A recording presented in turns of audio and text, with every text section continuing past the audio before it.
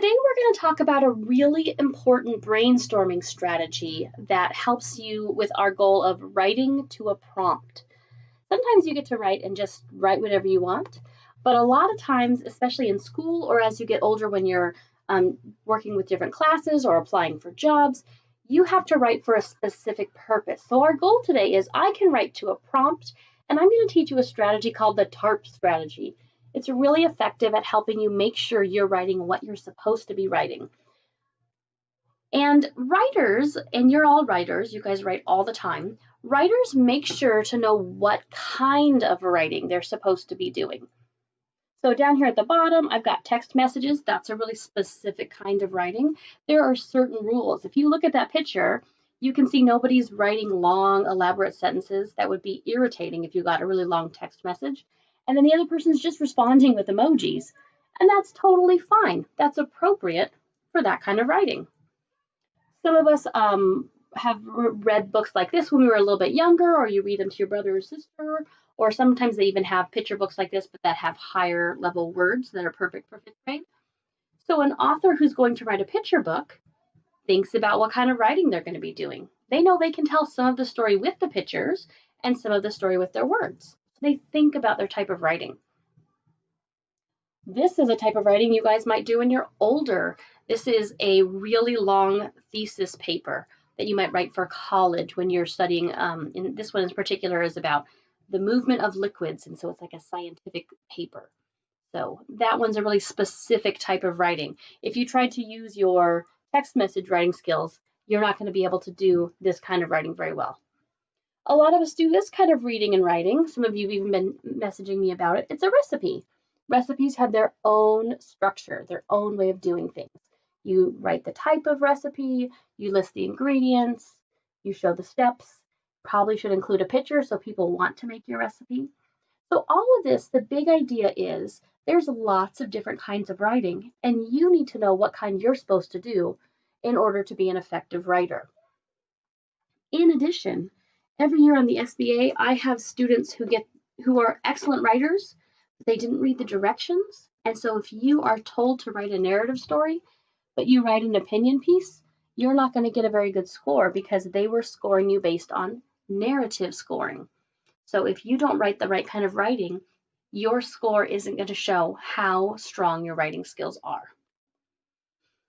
All right, and I know I keep bringing up camping because I love camping so much. We talk about camping with our signposts, but I like to think about how when I go camping, before I set up my tent, right, here's the tent, I put a tarp down first. And so this over here, this is a tarp right here. And you can see this person has put it underneath their tent. It helps protect the bottom of the tent and keeps your tent safe. The tarp is like the bottom layer, the ground floor. And so when my writers start writing, I always say, before you start writing, put down your tarp. Remember, tarp is this blue plastic flat sheet, and it's got these little holes in the corner. They're called grommets, and they have metal to keep it strong. So before you start writing, put down your tarp. Well, what do I mean by tarp? Well, tarp is really just a strategy. The T stands for topic. And when we think about the topic, you're just asking yourself, what are you supposed to write about? We just got finished writing our dragon narratives, so the topic for those was dragons. What are you supposed to write about? Last year you wrote journal entries for the Oregon Trail, so your topic was the Oregon Trail. Think about what is it you're writing about. That's T. A stands for audience. Who is going to read this? A lot of times if you get a prompt, it will say, write a letter to your teacher, or write a story for an author to read. They tell you who should be reading it. And that's really important because if I'm sending a text message to my mom, I'm going to write it differently than if I'm going to send a text message to my daughter. They just sound different. I have to think about my audience. What does my audience already know? How is it polite and appropriate to write to this audience? Think about what your audience is. The next one is the R in TARP. It's your resources. Where should the information in my writing come from? Sometimes they'll say, write a story from your own life. That's a personal narrative. So if they say from your own life, then the information should come from your own brain.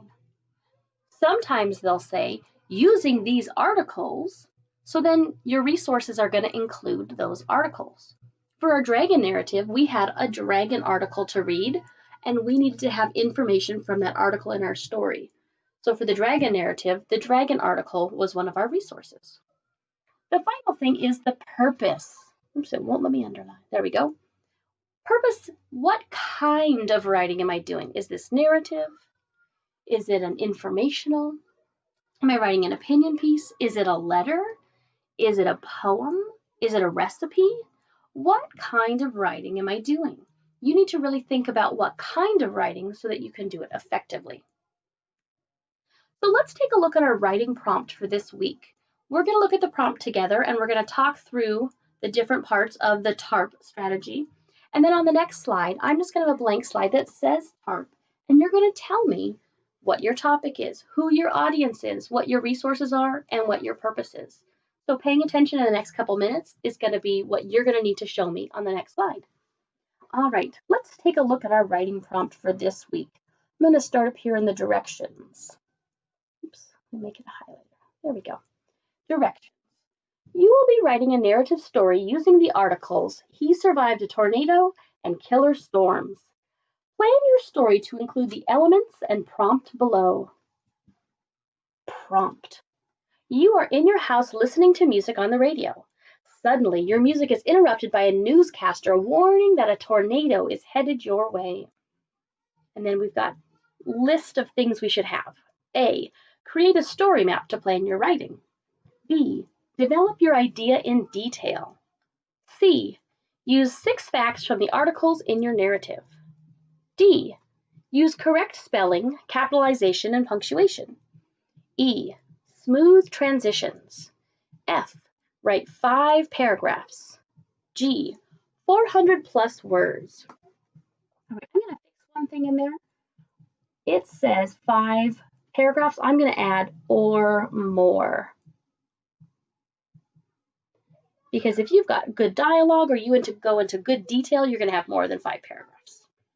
All right, so let's think of all the parts of our TARP strategy. Topic. Stop and think. What is this story really going to be about? Well, I know the article is He Survived a Tornado and Killer Storms, and then the prompt tells us that a tornado is headed your way. The topic of our stories is going to be tornadoes.